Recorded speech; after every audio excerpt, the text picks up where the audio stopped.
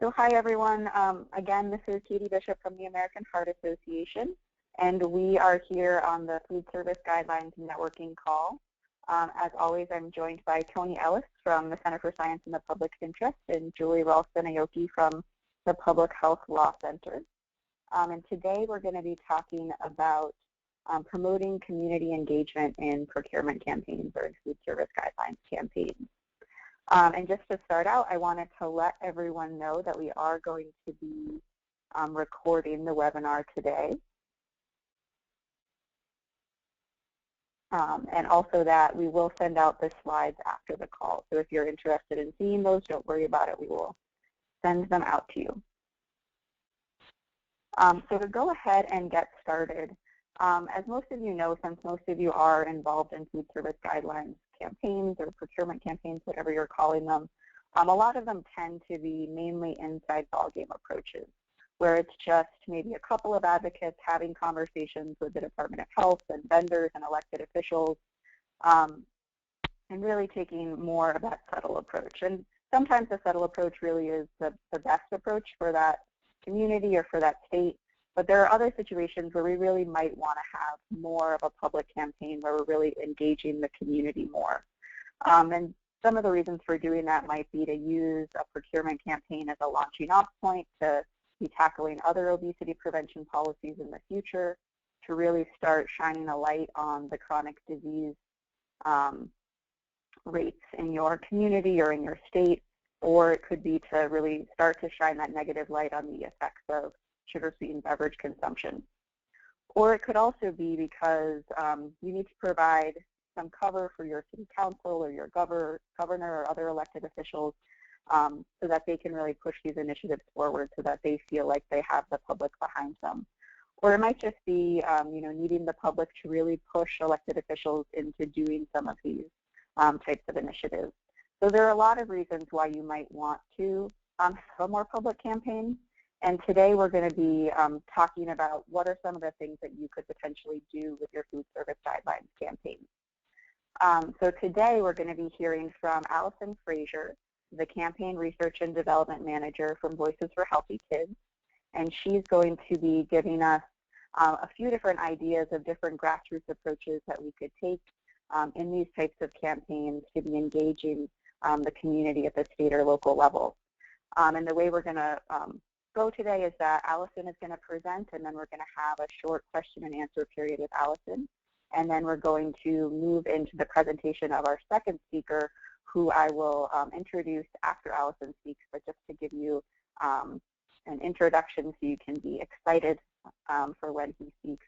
We're going to be hearing from Glenn Schneider about the procurement campaign in Howard County, Maryland.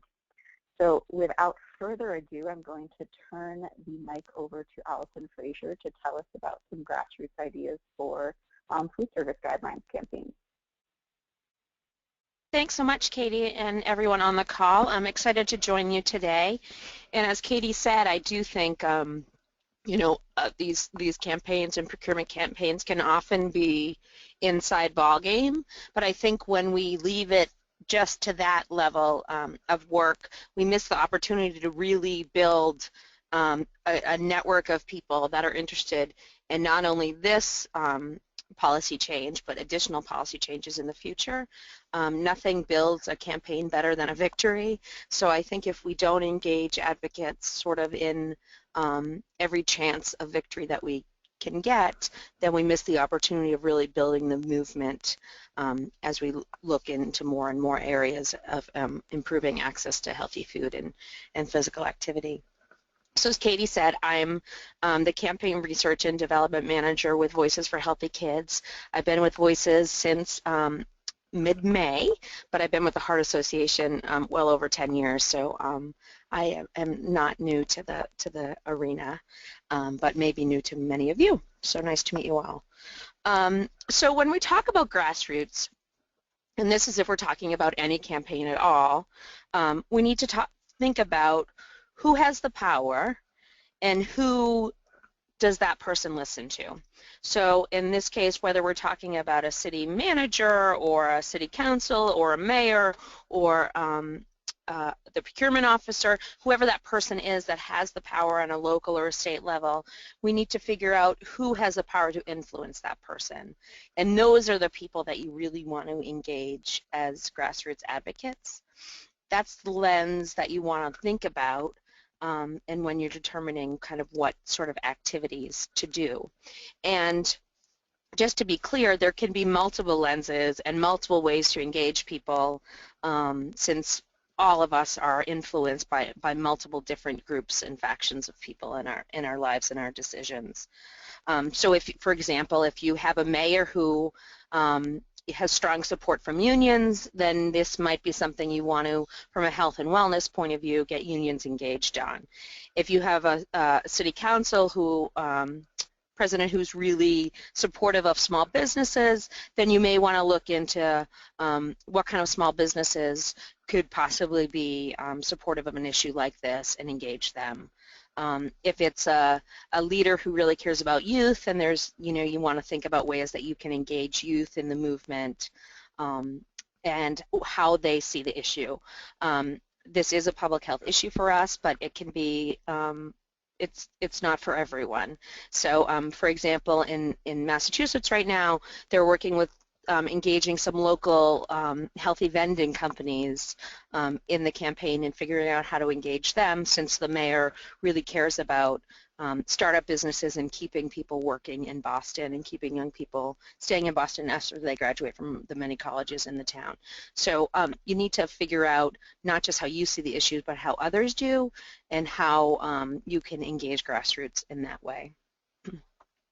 So for a couple just examples, and I think it's exciting to have Glenn on the phone because we'll hear some of the work that they did, and I'm anxious to hear if there's other examples from you all or questions that you have about specific grassroots techniques.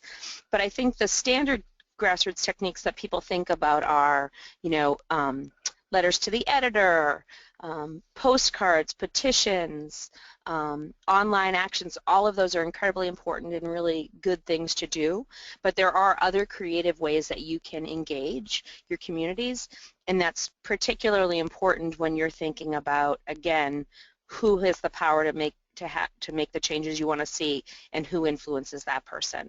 So I will give a shout out to Ad Voices for Healthy Kids. We're happy to provide technical assistance to anyone in the field working on these issues. I'm happy to have a conversation with your specific community around grassroots and how to better engage your grassroots in this and really personalize it, because that's when we see the biggest bang for the buck, and we get the best responses when those activities are really sort of customized and reflect the community that you're working in. So I offer that service, and I'm sure we can get my contact information out to everybody. But a couple examples of things that we think will work well. For example, in Boston right now, they have developed a survey tool that youth groups are being engaged on, and going out and surveying what is available to purchase in vending machines on municipal property.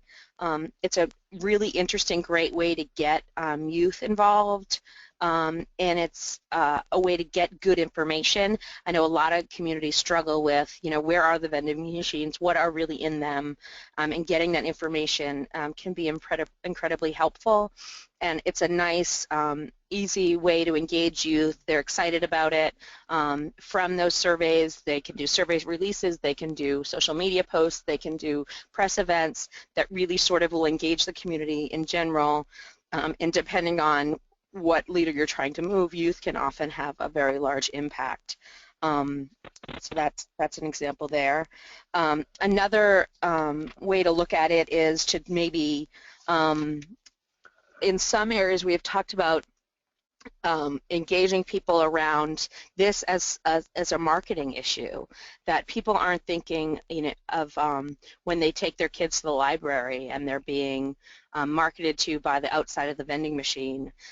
That's a way to sort of engage people, that parents in particular, that sort of gets them more upset about not just the fact that they have to fight with their kids over not buying junk food at their soccer games or at the library or other places they're taking them to for positive activities, but that also that marketing is creeping into their lives in additional ways.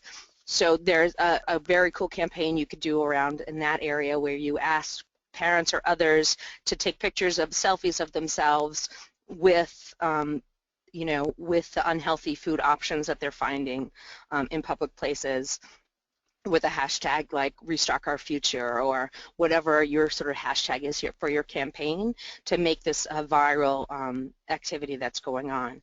Again, you'd want to do that depending on who your target audience is. For example, if you're trying to move employees to support this, you could do the same thing with employees standing in front of vending machines with unhealthy options with a hashtag that says, you know, upgrade my options or something. And you could figure out specifically, again, who your target is and what you're trying to get them to do, and really personalize the action to them. Letter to the editor campaigns can be incredibly helpful, in particular when you're talking, I don't know if we did a online action alert on this back in August that some of you may have remembered. Moms Rising in particular penned an alert for us that was from a parent's point of view that talked about taking their child to soccer and trying to always pack a healthy dinner to bring with them, but if they forgot them or they were rushed, the only options there were unhealthy ones, and having to bring your kid to do a nice, fun physical activity and then have to not have an option for healthy food for them, or to have to fight with them about why they shouldn't be buying any kind of junk out of the machine that's there, you know, puts a damper on the whole activity. And sort of that was a way to really engage parents on a level to get them into a campaign that most people don't think of outside sort of municipal government and the people that are in those buildings every day. And that just asks them to sign a petition in support of healthy procurement standards. So there's lots of ways that you can think outside the box and engage people. I'm happy to take questions or offer, you know, input on anything that you have, but I just wanted to really set the stage for the lens that you should be looking at these campaigns through, which is really, again, who has the power to give you what you want and who influences those people and how to best engage that group of advocates. And I'll throw it back to you, Katie. Thank you, Allison. So Allison does have to leave the webinar a little bit early, so we are doing her question and answer period now. So if folks want to type questions into the Q&A box, then I can go ahead and ask those to her while we still have her. So Allison, one question that came in is, do you have any advice for how to cultivate champions?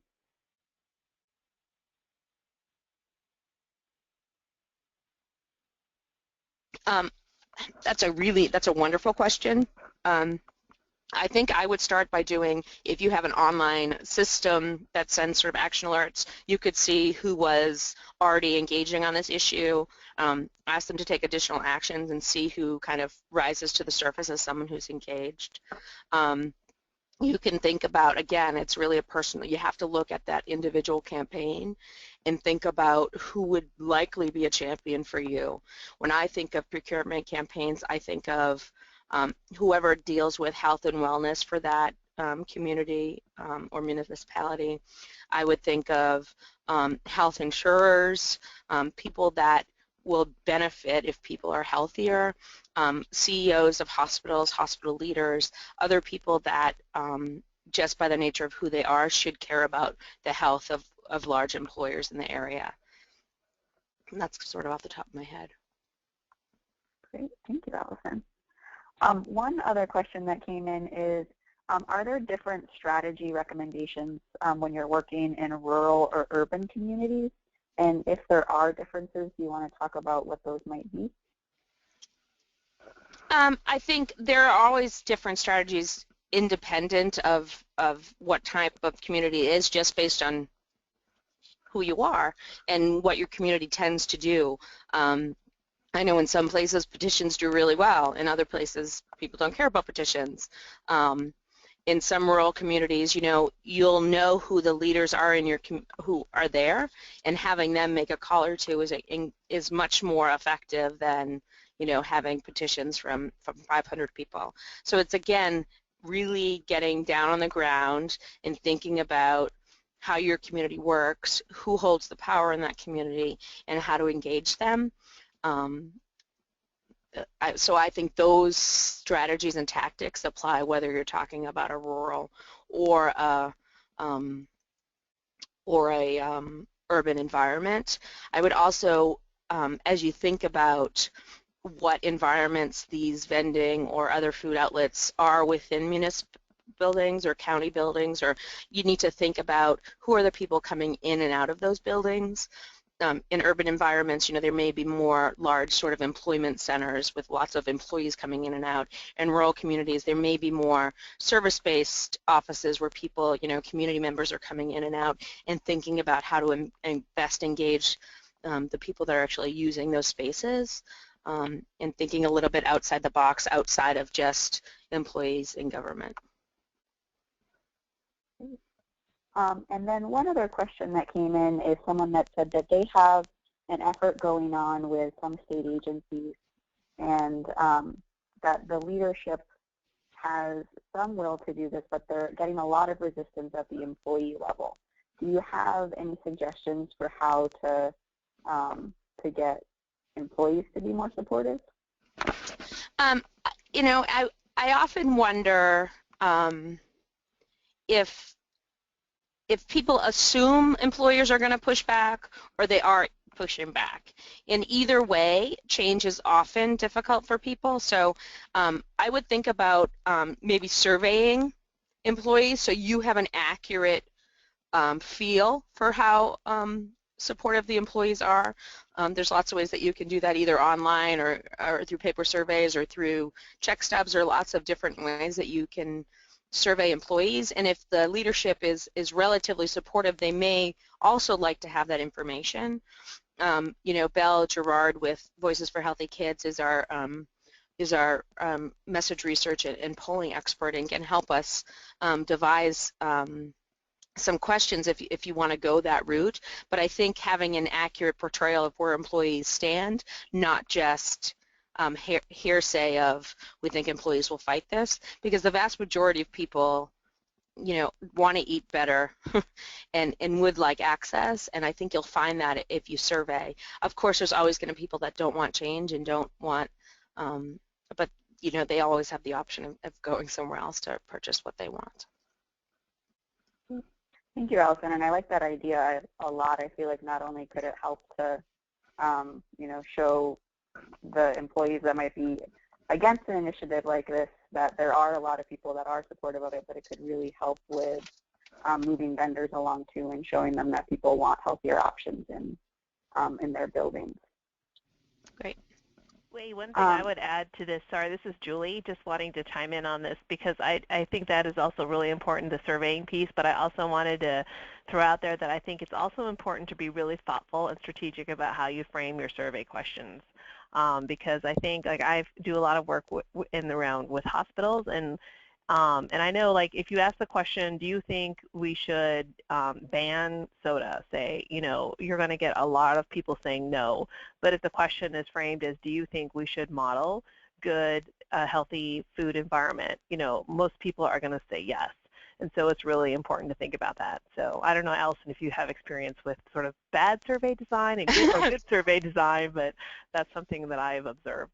Yes, a great point, Julie, and that's sort of why I throw Belle and her expertise out there. Belle works on my team and can help design surveys that are not leading in either way. Polling has a specific, you can get pretty much a poll to say whatever you want it to say. But at Voices, we are very particular about doing good polling that'll actually get us real data and not just what we want to see. And Belle can help you sort of develop those questions, and we can either get working on sort of a template that people can work off of and have available to the field, because I do think survey design is incredibly difficult, and we don't always, I've worked in public health for longer than I want to admit.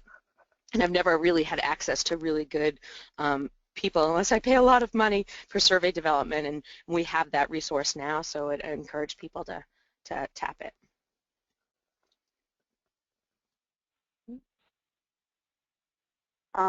Thanks, Allison. And then one last question that's come in is how do people access the TA from Voices? And is there a charge for doing that?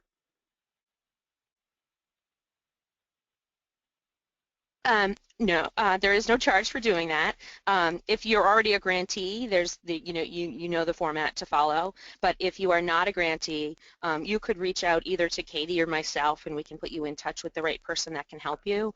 I'm excited for people to ask the question because I want people to know that we are certainly supporting and out there to provide assistance to those we fund as well as those that we don't fund.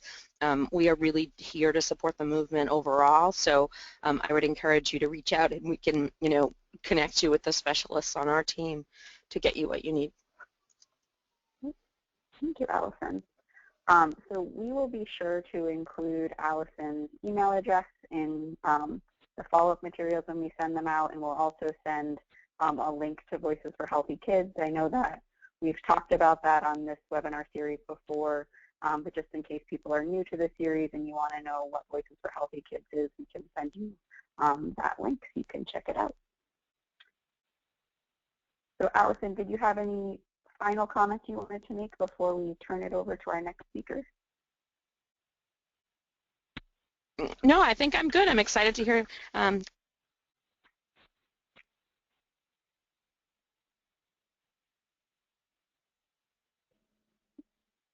right. Well, thank you, Allison. And Allison did step in because the grassroots person at Voices is actually on paternity leave right now. So Allison very graciously stepped in for him and presented on the call today. So thank you to Allison. So our next speaker today is Glenn Schneider, who's the Chief Program Officer of the Horizon Foundation. And he's going to be telling us about a really great example in Howard County, Maryland, where they had food service guidelines in place, and he will tell you all about what ended up happening with those food service guidelines, but really had a very successful campaign where they really engaged the community to make sure that those food service guidelines standards were going to stay in place in Howard County. So Glenn, if you want to take it away. Great. Thanks, Katie. Hello, everybody. Thanks so much for being on the call and for listening to us today and allowing us to present to you. I'm really excited about talking about this particular item because it occupies so much of my life and continues to occupy a lot of my life. And I struggled with, what do I actually call this? And I think our communities had the experience of doing procurement, both what I might entitle in the easy way, when you have a supportive county executive or a mayor and a supportive, implementation body, but also in a community that does not allow that. And it's the same community, which is oddly enough interesting part of my conversation to you today. So I wanted to go ahead and really talk about not only our organization, but what we did over the course of the last couple years. I actually am privileged to work at a place that is a health and wellness foundation, which essentially means I'm doing all the same public health that you folks are doing, but I actually get a budget to do so. We were created whenever Johns Hopkins bought our local hospital, and the local trustees of the hospital demanded that all the assets of the sale stay in our community and really be working towards improving health and wellness of the people that live and work in our community. Excuse me. So that was a very auspicious beginning to our foundation, and as we went along the past 17 years, we really started thinking about how we actually do this and how we do it well, and how we actually focus our money in a way to allow us to have great impact. Howard County is, just so you know, a little bit between Washington, D.C. and Baltimore. We are a county that is 300,000 people strong and growing rapidly. And as we looked at our health data, we realized that we have the same problems that everyone else has with chronic disease. And when we looked a little bit closer, it turns out that working on sugary drinks was a great place to start for us. And all the experts that we consulted all said the same thing, that if you really want to make impact on these chronic diseases, you've got to start there. And so we began our campaign with really the same way a lot of you have. We were really thinking about health determinants and how we do a good job of really reaching people where they are, not only on their own individual behavior, but what their friends and family think about the organizations in which they interact, and of course with policy. And really trying to think about policy and how to make it work. And it shouldn't be a surprise to us, much like there is true in other sort of health areas. And I cut my teeth in tobacco control, and this is very similar to that. If you want to really think about reducing tobacco control, you work on key things, whether it be smoke-free air or tobacco taxation or limiting advertising, et cetera. The same is true in sugary drink world.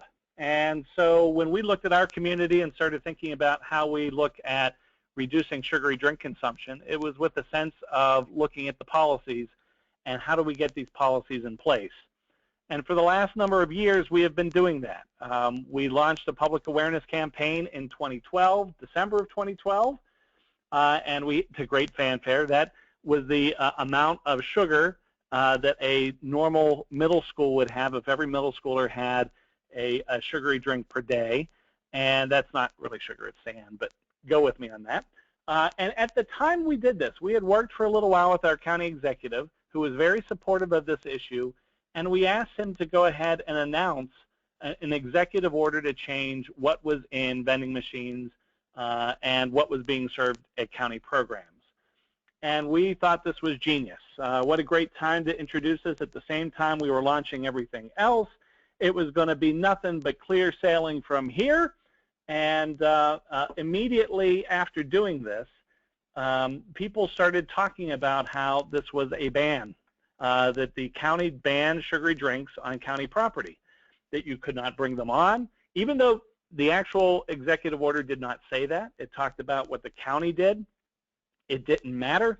The public looked at this as being something where we were banning things.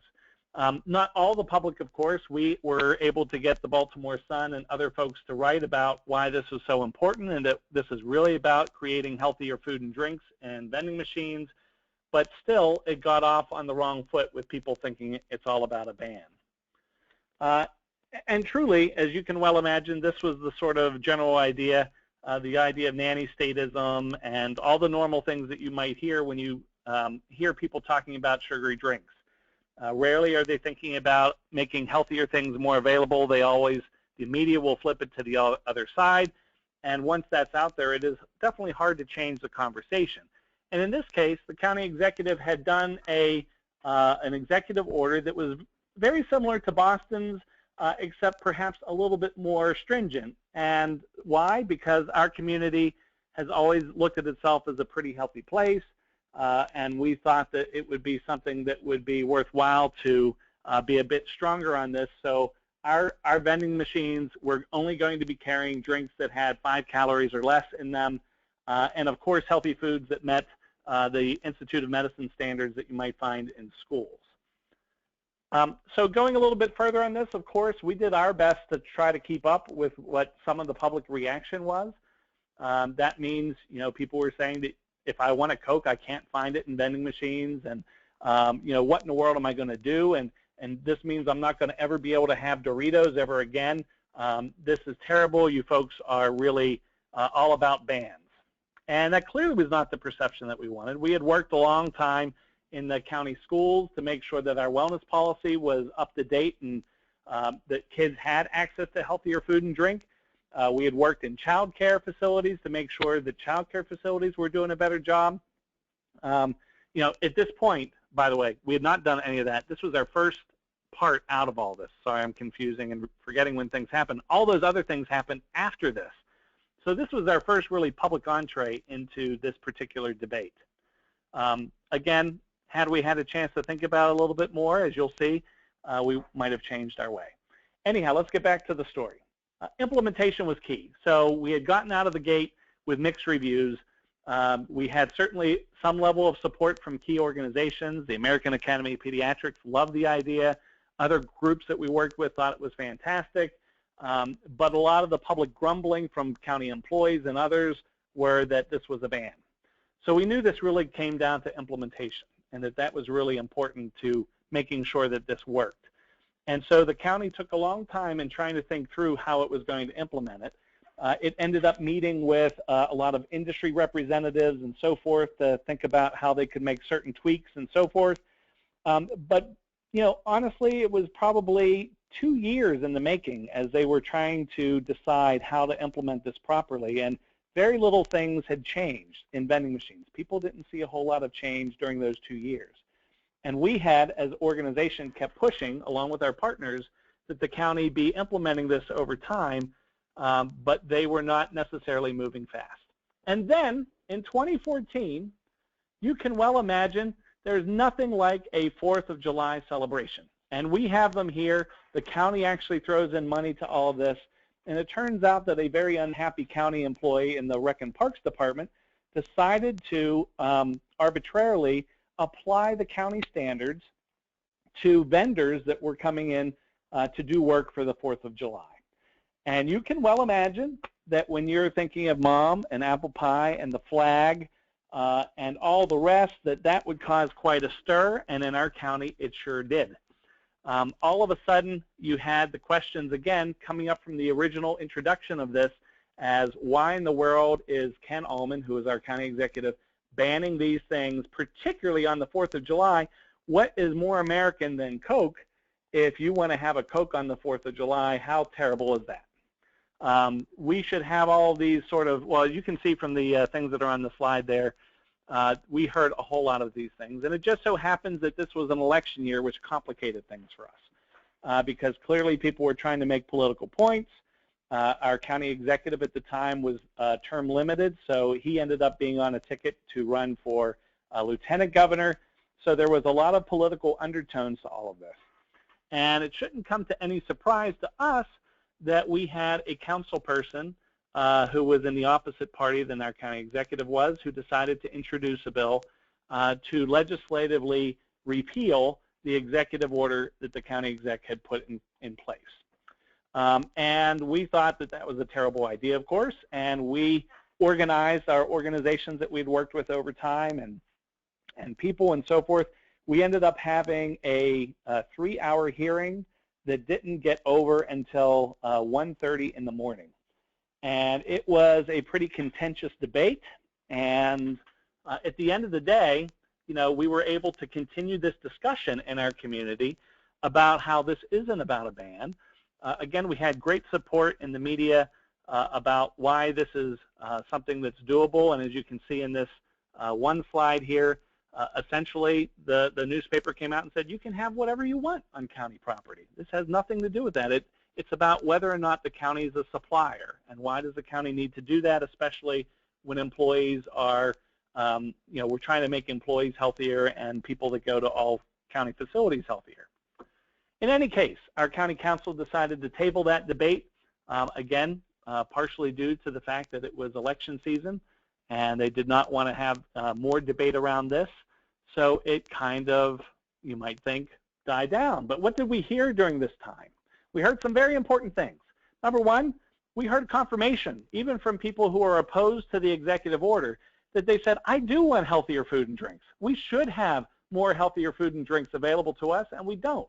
And that's wrong. However, I don't like the way that this particular executive order was written. I don't like how it's being implemented. So they said, I think that healthier drinks should be available. I think that they should be more affordable. And they said, I think that we should maintain choice. If people want to have things that are less healthy, let's still have them in the vending machine, even though they aren't going to be the primary thing that's there.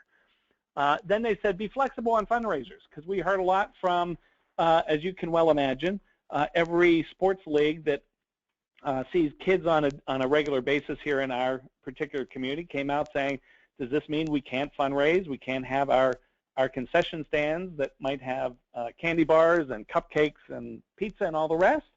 And we also heard about, again, the 4th of July. There were only a couple events where our county actually has celebrations where people said during special events like that, we should be allowed to sell more things, including things that are not all that healthy. And then they said on the whole, though, most importantly, if we're ever going to do this, let's implement it for real. Let's not have a 2-year period in between time that we decide that this is important. If we're saying it's important, let's mean it, and let's implement it for real. So that's kind of what we heard. And then the election happened. And it just turns out that we elected a council that was pretty similar to the community in the sense that they were a little bit more progressive and liberal than others. And we also elected a very conservative, in fact, in his own words, a libertarian county executive. And the county executive, when he was elected, and the very first thing that happened after he was elected, when they asked him what he was going to do, he said his very first action, number one most important action in our community upon being installed, was going to be to get rid of that sugary drink ban. And of course, he actually got a lot of heat from both folks who are liberal and people who are conservative, saying, really? This is going to be your top priority coming into office? Is that? You know, what do you have against healthier things? And so there was, again, more discussion about this, but not exactly all negative. And we thought that was interesting. And then the county executive talked about how better education is the key to dealing with this, not bans in his mind. This was still a ban. And so we started thinking about it more. And as we talked to the county executive and it became clear that he was not going to move at all on this issue, we went to the county council. And we asked the county council to put in a bill that would set reasonable standards so that we could actually continue to think about how to make our county healthier. And so with all the people that you see behind him, one of our council champions introduced this bill that would set these standards and allow us to continue to have healthier vending machines and healthier things offered in county programs. What did the new bill require? We learned our lesson. Number one, all food and drinks offered or sold to youth should be healthier choices. That was one of the other lessons that we heard from that first bill, was that they all said, look, where kids are involved, they should be 100% healthy choices, because you know that's what they should be getting in school, that's what they should be getting at home, and we agree with that. And there was no disagreement among liberals, conservatives, or anyone in the middle about that. And then when we talked about how about food and drink in places where adults are, like county office buildings and so forth, we made the bill so that 75% of food and drinks were healthier and 25% were less healthy options. And that we should group healthier choices together so that you could tell the difference between a healthier thing and a non-healthy thing, because rarely can you truly read what's in the vending machine, and this is all prior to the Affordable Care Act requiring vending machines to have labeling and so forth. We also thought it was important to include a discount for healthier items, so we included a 25-cent discount on healthier items.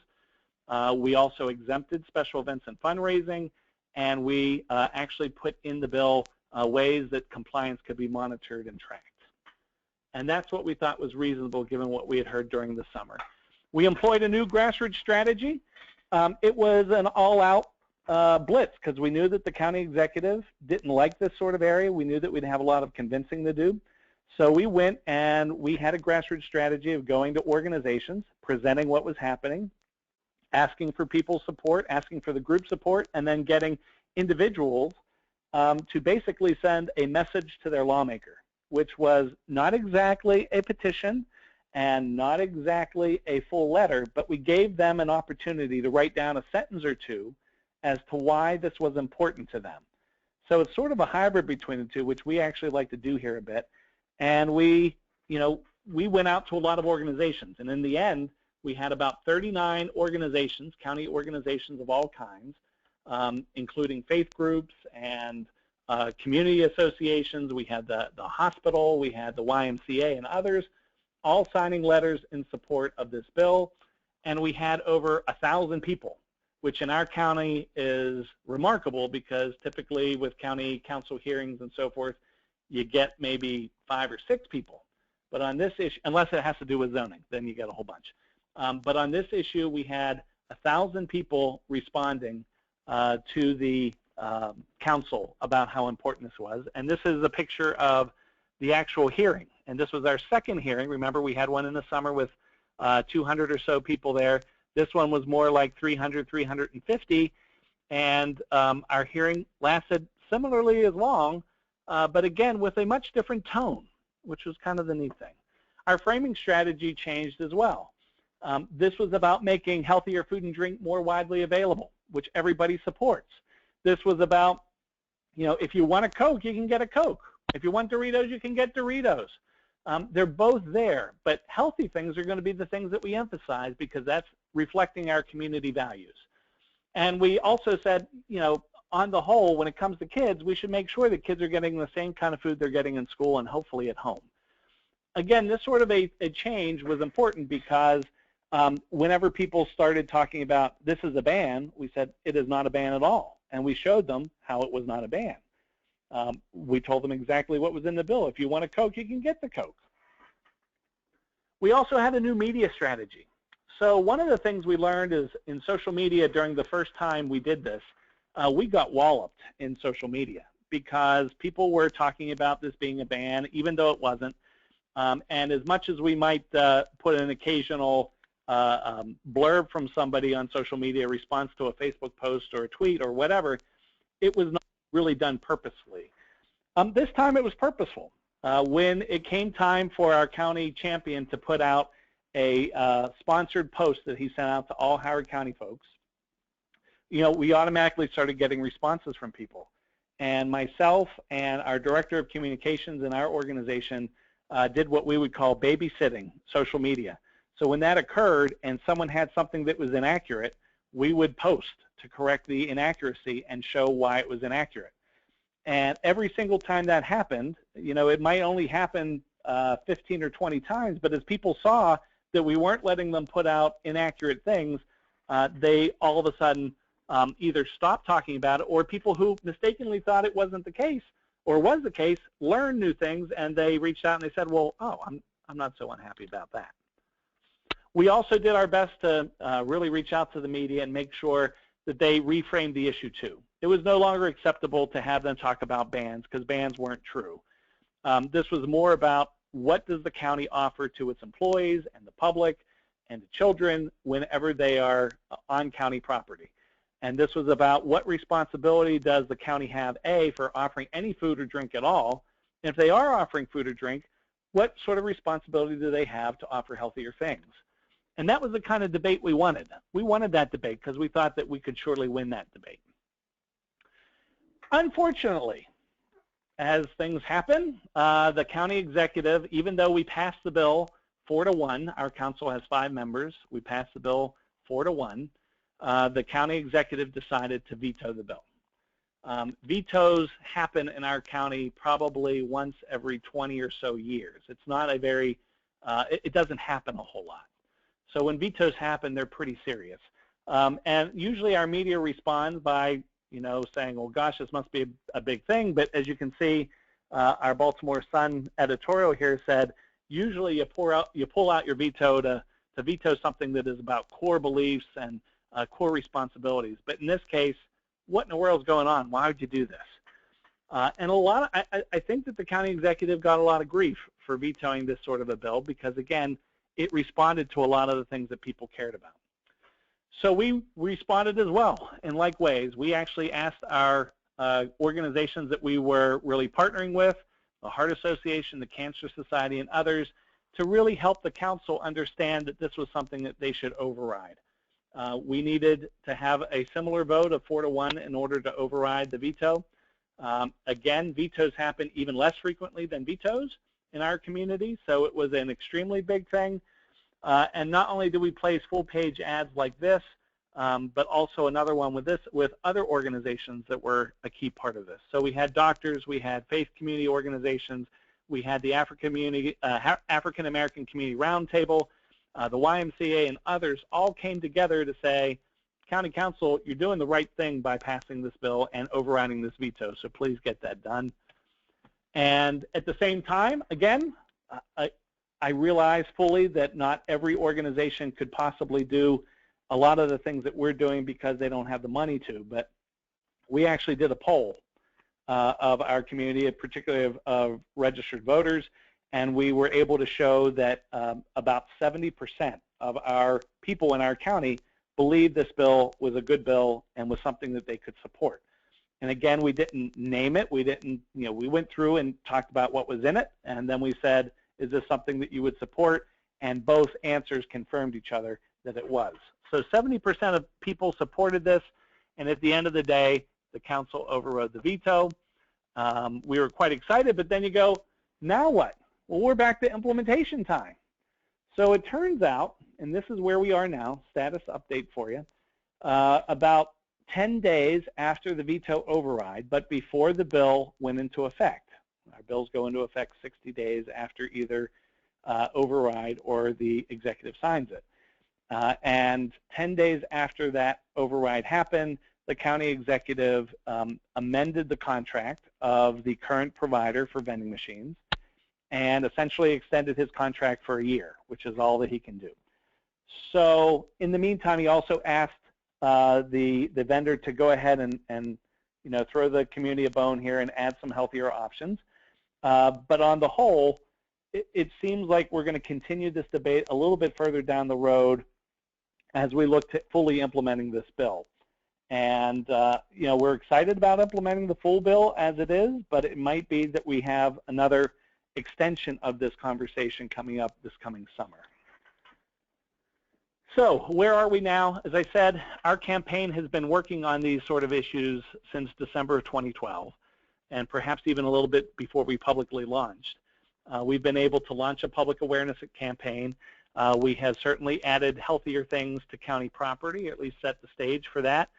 We've improved private workplaces. Our hospital is on the path to improving what they offer and serve to visitors and also to patients. We are serving better drinks in schools and child care facilities. We are working on healthier menus and kids' meals.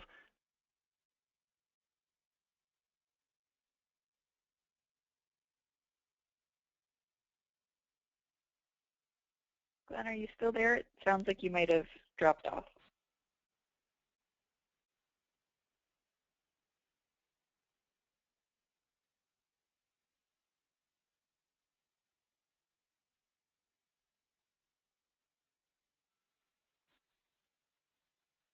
Glenn, are you still there?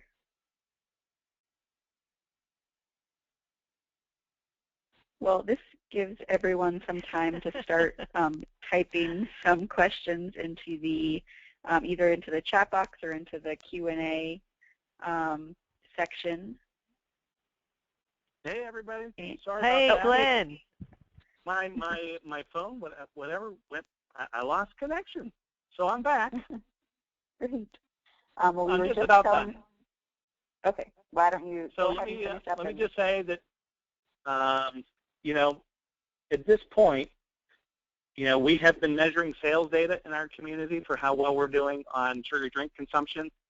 We started collecting it before we started this whole campaign, and it looks like our soda sales are dropping 2 to 3 times faster than national rates, and our sugar drink consumption in other categories even more so. And hopefully the Rudd Center will soon be writing about our campaign so far and about our experience. But part of it, I think, is because we were able to actually have public debates about these things. Our school wellness policy took a public debate. Our procurement work in county government took a public debate. And the more and more that the public is confronted with hearing this, the more likely it is that they are thinking about their own behavior. And we think that that is a certain factor in the work that we've been able to do. So I have more things for you in addition to my slides. I'll be sending to Tony and Katie and all the rest, and to you all, a list of some of the studies that we put together during this battle. I would certainly also urge you to take a look at CSPI's procurement part of their website, very helpful, particularly some of the background research that they have done and over the course of time to try to catalog what other places have done. It's all been very helpful. But at the end of the day, I think truly, and this is a campaign sort of stuff that we're taking statewide now, that having a public procurement discussion is a valuable way to help advance our work. And even though I 100% agree with folks who are doing this quietly through contracts and everything else, because it can work and you can get changes, I do think that even with a supportive mayor, governor, whatever you have, it might not be a bad thing to take it through the process so that you can have the debate. And the debate has been, I think, fabulous for our community. We've learned a lot of stuff in talking about how to properly frame all of this. And again, we aren't even done yet. While other folks have done things much more quickly, our friends in Baltimore City were able to do this in a period of about 6 months through their contracts. And we're still in the process, if you will. So there are some pluses and minuses, but I'm happy to take questions. Great. Well, thank you, Glenn. Already in the chat box and in the question and answer period, we're getting some people saying that it's a really awesome story to hear, and thank you for sharing. Oh, my pleasure. One of the questions that we received is, what kind of pushback is the county executive receiving now about his decision to extend the vendor contract? So this has just happened. So remember, this was all a period like this just happened in August. So as we're considering what our next steps are going to be. We know that we really have a year to really impact what happens. And of course, some of this we want to be able to see if we can work through the executive channels to allow that to occur. Because honestly, it's in our best interest to also work with the county executive over time. He's going to be important to implementing this. He's also going to be important to future work that we do. So we want to see if we can work with him to make sure that this actually gets fully implemented. But we are going to be public about our request for a full implementation. And we expect that to continue on. But hopefully, before the summertime comes and the contracts are up for renewal again, we will have figured this out so that we don't have to go through another bruising debate, so to speak. Because we feel like the community's already spoken about this. The polling has showed that our ability to get folks to show up to our hearing, to actually chime into their county council folks and so forth, has showed that the community's in support. So let's just get it done. Great. And building off of that, somebody asked, what are you doing to prepare for that next step? Yeah, so we're going back to all of our friends and our partners, all those 39 organizations, as well as the people who did their message to their lawmaker. And we are going to say that we are all looking for the county executive to fully implement the law, because we feel like that's important. And again, we feel like that is really doable. And so we're going to be pushing the county executive to fully implement the law as the community wanted, and assume that he will do that. But if he doesn't, then we will be preparing for another public debate about why this law should be implemented fully. Great. And building off of one of the things you just said, someone asked, it seems like you have a very diverse group of partners that you're working with on this initiative. How did you bring all of those different groups together, like the Y and the Dental Association and the African American group that you mentioned? That's a great question. I think from early on in our campaign, as we were looking at the design of our campaign, we realized that we really couldn't do this without all these partners. Not only understanding what the problem was in our community and why this was so important to change, but also that if we expected to get things done on the policy side, we needed to make sure that everybody was a key part of it. So we would have, we've had many convenings where we brought groups together to talk about the issues and to talk about our plans for moving forward and to create our plans for moving forward. And as that has occurred, I will definitely say it certainly helps when you're a foundation and you call someone and you say, would you be willing to meet? That's one of the special convening powers of foundations, is that people show up because they think there's a little glimmer of hope that you might have money in your back pocket. But beyond that, I think that our folks in our community, we're a small enough community still that you've got all these groups that want to do great things and they want to work together and they want to get stuff done. And I think that it's more a matter of just showing up and asking for help when you need the help, and preferably far sooner than when you have a debate that is going to require so much community response. So these relationships we've been building up with these groups for years. This is not just something that, we saw this happening and we went and knocked on doors. This was a purposeful relationship building process over the course of the last 3 or 4 years. And we've also been asked some more technical questions about what you're doing. So one of them was, how do you plan to give out the 25-cent discount that you mentioned? Who picks the cost of the products, that sort of first cost that you're going to take 25 cents off of? Right. So the one part I didn't mention, that was one of the key things that got scrapped in the bill. That was pretty much the only big thing that got scrapped. And the reason why it was taken out was more because there was some hope among the council folks that if they did that the county executive might sign the bill. That turned out not to be true, but there was a lot of great discussion about why price matters. And that's also important to have that sort of discussion and have people realize that in many cases, sometimes the healthier things are priced more expensively than less healthy things. So we had that part of the debate, but that did get taken out of the bill at the end. But we did have many discussions about how we might implement such a thing and whether you use, again, it was, for anyone who's interested in that, email me. I'm happy to go ahead and have conversations back and forth. And then another question that was asked is, how do you administer your polls or surveys? Is it through partners? Is it through Facebook? Sort of how do you go about doing that? So surveys, particularly in which, do you mean the surveys that we did? You mean like the polling or? Yes, the polling that you did. So we actually reached out to a contractor to help us with a poll, a polling survey firm, and we asked them to help us develop the questions that we're going to do. And keep in mind, in general, our organization does a lot of polling, so I can tell you a whole lot about polling. But in essence, if you were ever looking to do a poll, depending on your place, depending on your market, a lot of things are all parts of this. But typically, you can even add a question to a poll that might be, currently happening in your community, and that can be done rather reasonably priced. So if you're looking at doing an add-on question, it might be $600 to $800, and you can actually find out something like this. If you're trying to dig a little bit deeper, it might cost a little bit more, but on the whole, polling can be a good, effective tool that you should consider, particularly at the end stages of campaigns if you're running into issues like we did. And one other Again, question if you're considering polling, I can help. So just email me. I can help with that. Great. That's a very nice offer. One other question that came in is, any advice for how to engage foundations in other states around this type of work? Yes, that's a great question too. We are doing our best to help with all of that.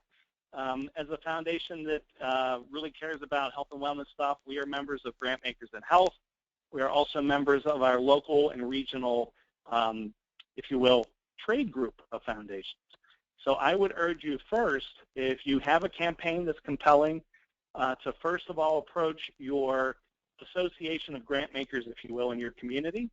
Typically, they exist in some of the larger markets, and in smaller ones, they may still have an informal way that they get together and talk. But funders talk about the grant requests that they get, and in our community, for example, we have the Association of Area Grant Makers in Baltimore. It's called ABAG.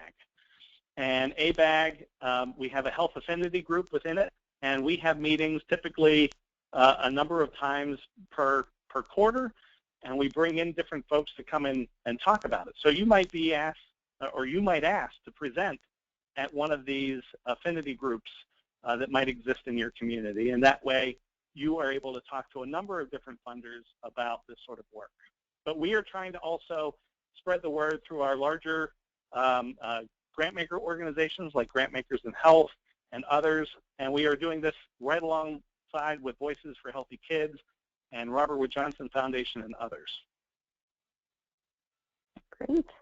Well, thank you so much for being on the webinar today, Glenn. We are at time.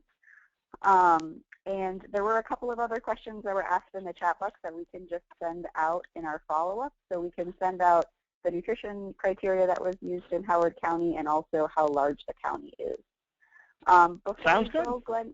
Glenn, do you have any final words that you wanted to say to everybody? No, I think I'm very happy to talk to whoever might want to be doing this. I think we've learned a whole lot that we are willing to share, lots of different things that we've done. If you are looking for that, by all means. And if you want to, you can also check out our campaign website, hocoonsweeten.org, and you might be able to find some different toolkits and things that might be able to help you out in your sugary drink campaigns. Great. Well, thank you so much, Glenn. Thank you, Julie and Tony, my co-parts in this webinar, and we look forward to talking with all of you in 3 months. Our next call will be January 28th at the same time, so it'll be 3 to 4 Eastern, and we will be sending out an email to all of you with the link to register. So thank you, everybody, and have a great rest of the day. Thank you. Thanks, Kate. Bye.